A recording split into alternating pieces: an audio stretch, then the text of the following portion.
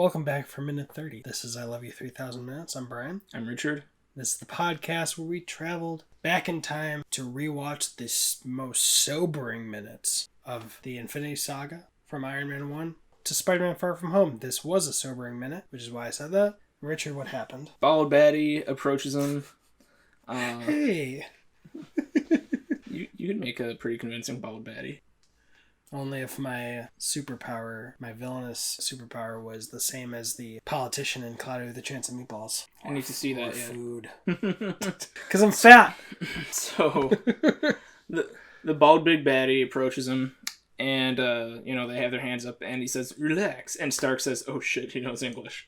He doesn't say that, but that's his facial expression. No, literally, when we were watching it, I went, English. Ooh, English. Mm-hmm. I forgot that part. Mm-hmm. And so Stark was like, uh-oh, we discussed a lot of things in English. And so the guy approaches him, gives a little speech, like, the pinnacle of weapons technology used to be bow and arrows. I was going to say, if you were going to go over that, I was like, that's a magnificent speech, personally. Yeah. Like, Genghis Khan, twice the empire of Alexander the Great, 4 times the size of the Roman Empire. And it's true, the bow and arrow revolutionized warfare. Mm-hmm. And whoever has the best weapons wins. Yeah, now it's whoever owns the newest Stark weapons controls these lands. Mm-hmm. And soon, it will be my turn.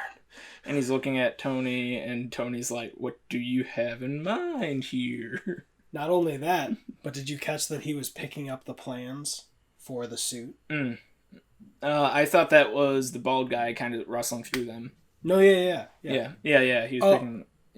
Yeah, you said he was looking at Tony after, but he was holding up the plans for the suit that just need to be flattened out to see. Mm-hmm. And Tony panicked a little bit, and Yinsen had to give him a hand. Mm-hmm. Like, relax. Mm-hmm. Don't panic.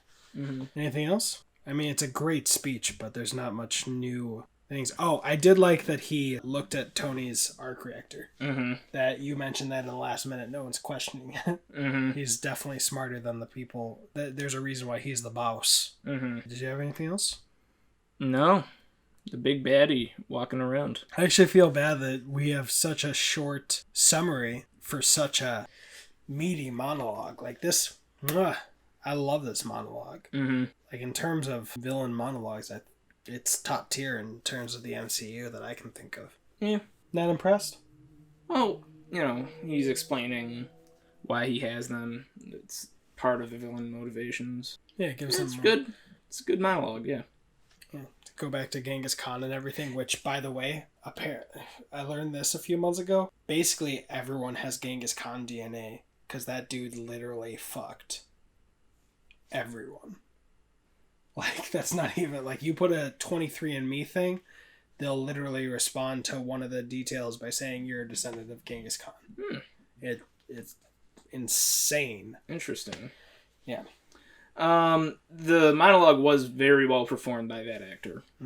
Yeah, if you haven't seen it in a while, go and watch that 2009 Star Trek movie. Even just the first 10 minutes, him and Chris Hemsworth have a great go at it. It's been minute 30. We'll see you in new t-shirts. I'm Richard. I'm Brian. You've got an army. We've got a podcast. Come talk on Instagram. You can even talk on his Instagram and be like, hey, Richard, you should ditch the Obadiah Stane guy. Okay, bye.